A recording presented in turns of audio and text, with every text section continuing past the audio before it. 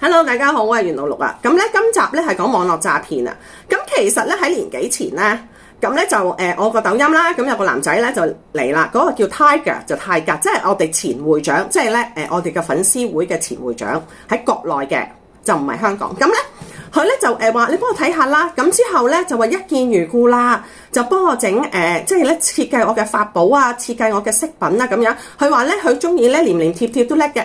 咁我話咧唔好啦，因為一咧我就唔中意同性戀合作嘅，因為我好驚啲同性戀人。二咧就係咧我話咧因為我試過拍音樂劇咧，人哋咧改我兩個音咧就話係佢噶，好麻煩噶。如果你做創作嘅嘢，我就唔中意，唔會，一定唔會啦，因為我知道呢啲 fans 咧就係中意姐姐嘅。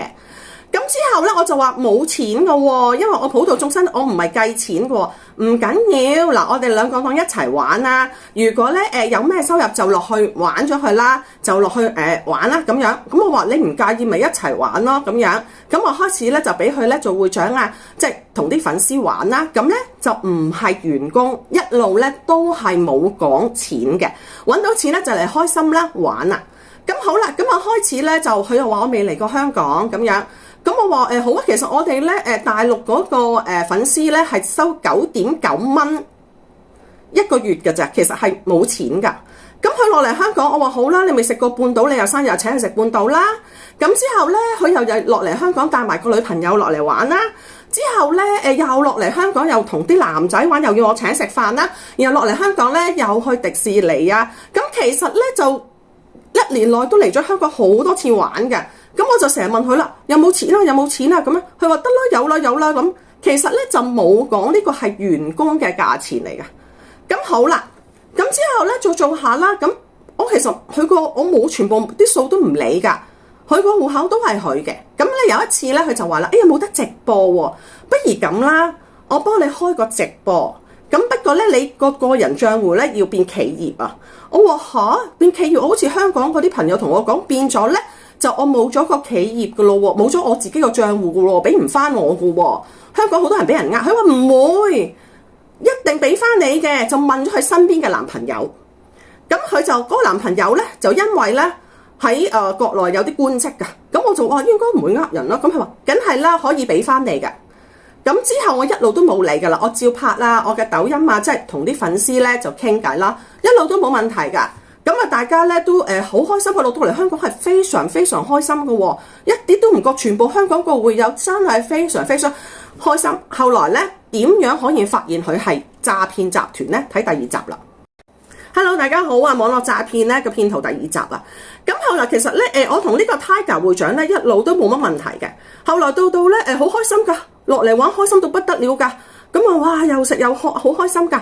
咁後來咧，最有問題係啲咩咧？就無情人4月啦。咁佢就話佢自己咧就工作多咗啊，因為咧有個大生意啊，景泰南啊，2萬尺啊，唔得閒同我玩會長啦。咁我咪話唔好玩咯。我仲話你有空你先再玩啦，唔好阻住你發達啦。咁冇問題嘅喎。啱啱咧到近排啦，原來咧我發現點解我個帳戶會突然間凍結嘅咧？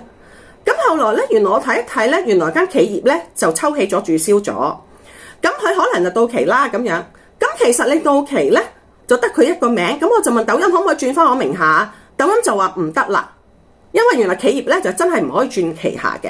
咁我就哇真係好嬲喎！如果你註銷，你應該同我講一聲唔好意思啦，要註銷啦，你個網要死。佢又唔講啦，咁我就話點解咁樣可以呃咗我個網嘅咧？係嘛？即係因為咧我有好多嘢都唔知啊，咁係真係關乎我即係我自己責任啦。咁佢開始就犀利啦。開始乜嘢都爆晒出嚟啦！佢開始咧就喺個網度鬧我，佢話因為點解會交惡咧？我一路都唔講，因為佢咧對人好差，員工費得2000蚊，然後咧全部嘢咧發現佢咧呢個係詐騙嘅，佢呃人嘅。我哋國內咧係唔可以迷信，唔可以算命，佢全部做呢啲嘢，佢唔靠譜，所以我覺得呢個係犯罪，所以我就整死佢個網啦。咁我話我個網喺抖音1000分、100分嘅喎，即係健康分數。同埋我真係唔係喎，嗱，我哋香港學嘢咧真係有證書㗎。呢個係我10幾20歲嗰陣時就攞嘅證書。咁咩叫做要做咧？因為我真係好守法律嘅。咁同埋咧，你睇下你香港有咩貢獻啊？即係你學咗呢樣嘢有咩貢獻啊？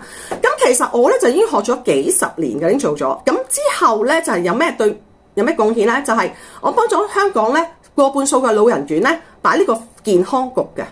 咁之後又去咗咧香港咧流浪者之家嗰啲狗仔300隻狗仔啦，我幫佢哋咧，因為9年我驚佢哋咧會有病啊，咁啊幫佢又擺嗰個局嘅。咁之後其實咧有啲大機構都揾我，即係 TVB 啦，大家都識啦，係嘛？咁然後咧美國投資銀行啦，未諗未銀啦，去搬鋪啦。10年前係我幫佢全個鋪都搬嘅。咁你大家都知啦。咁樣其實我已經係一個非常非常專業嘅人。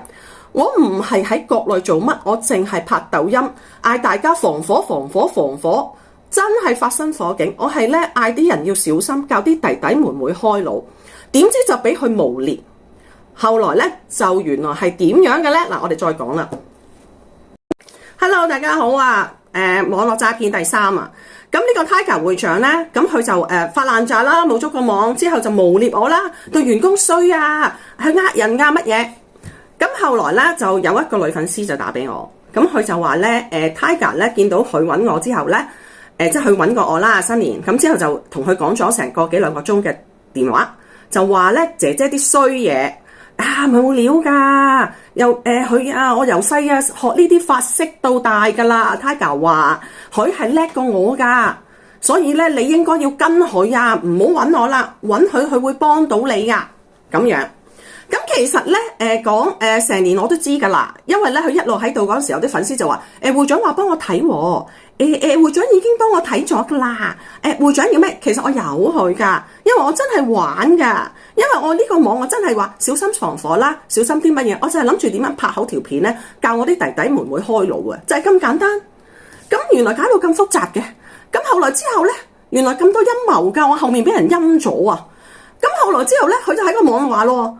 國內咧唔可以㗎，打擊迷信㗎，你唔可以做，所以整死你個網。咁你自己又做，你冇證書㗎喎，你冇呢啲啊玄學證書啊，呢啲玄學證書啊，要先係做呢啲㗎，唔係咁樣呃啲人㗎。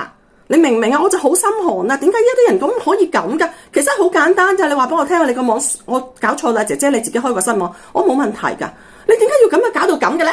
因為佢想整死你個網之後吸晒你啲粉，踩低你，抬高佢自己，個心咁毒㗎，呢個即係呢個騙子嚟㗎，直情已經仲發爛啦！嗱，一路話你咯，一路話你，我都唔知佢講啲乜嘢，其實全部都唔係事實。咁後來之後咧，我就話咧，點解我會講粉絲啲嘢咧？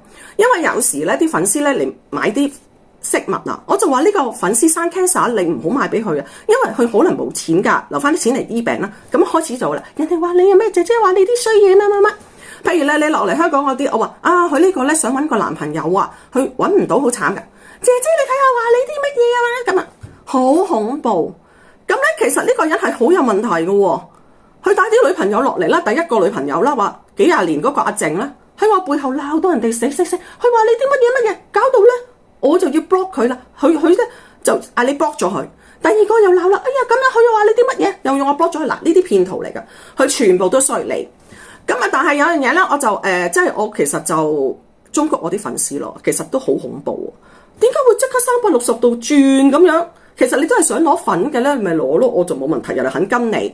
咁但係咧就有啲心寒啦，因為咧有次咧佢就約我話個別咧一齊帶我去旅行。咁所以呢樣嘢咧，你知啦，心肝脾肺腎好貴啊，所以我中國我啲男粉絲女粉絲咧小心啲啊，呢個唔係簡單嘅嘢啊。Hello， 大家好啊！網絡詐騙4啊，咁我係俾啲香港弟弟妹妹一定要聽啊，因為我經驗嚟㗎。如果你喺抖音開咗個網，第一你要小心啲，因為你係個人網。如果有人話我幫你點樣發展啊乜嘢，就將你變咗企業網咧。嗰間公司咧就已經係嗰個人個名咧，你之後咧，如果你個網裏邊有啲咩收益啦，100幾廿萬咧，全部都係嗰個人係可以合法提取嘅。因為咧香港好多人俾人呃咗啊，返咗國內玩抖音，咁就呢啲公司係好多噶，所以大家咧喺香港嘅弟弟妹妹唔好俾國內嘅網絡詐騙咧集團呃咗啊！咁之前都有好多女明星咧，都係話去一間公司就幫人儲粉，儲咗成幾百萬粉，之後間公司可以唔要佢，但係啲粉唔可以帶走嘅，因為係嗰間公司，而且全部收益咧都係間公司㗎。你個戶口已經係變咗嗰間公司嘅名，所以大家咧如果係抖音想學抖音嘅創業嘅弟弟妹妹咧，一定要小心，一定要小心。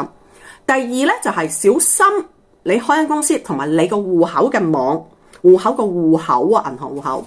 咁今次我真係損失好少，因為我個人咧好老實，我只係出唔要入㗎，我直情都冇戶口有佢嘅，個戶口係佢點樣買賣啊出入都係佢嘅，我直情都唔知，我又唔知佢買啲咩，唔知整啲乜嘢。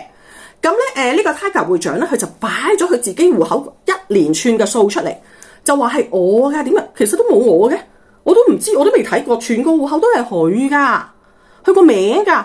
喂，你啲數整啲咩？我點知啊？你話你自己係大師，我點知你整啲咩俾我啲粉絲？我點知啊？